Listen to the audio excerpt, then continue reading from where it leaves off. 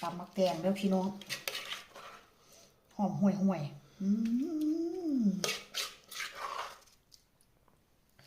ตำมักแตงพูดนะความเข้มข้นนะหอมห่วย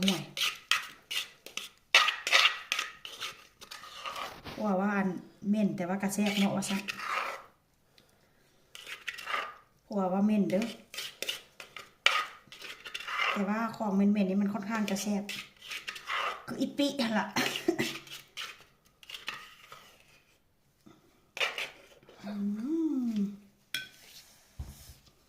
มา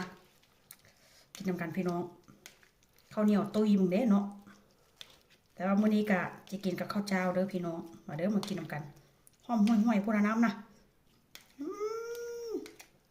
น้ำลายแตะมาเด้อมากินนำกันเด้อ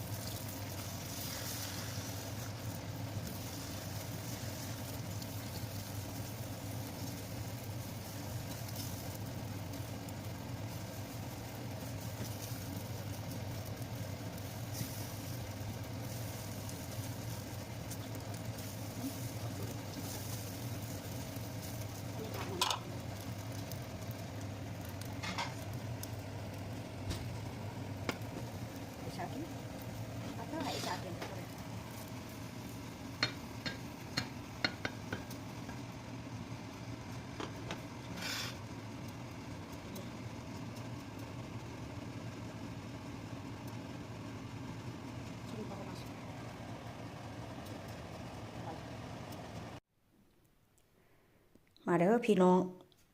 กินข้าวแรงนำกันทอดไข่นี่แบบว่ากรอบนอกฉ่ำในพี่น้องมีทอดไข่ข้าวเจ้าฮ้อนๆแล้วก็ตำมักแตงเบิ่งน้ำตำมักแตงค่อยพี่น้องเอ้ยพุ่นน่ะเป็นตาเค็มบ่แต่ว่าก็บ่ได้เค็มเด้อพี่น้องเอาบักพริกแห้งอันปั่นน่ะนะบักพริกผงน่ะใส่น้ำมันก็เลยเป็นสีนี้ว่าซั่นซะ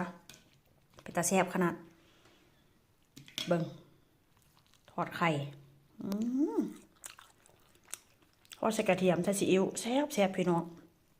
กินกับ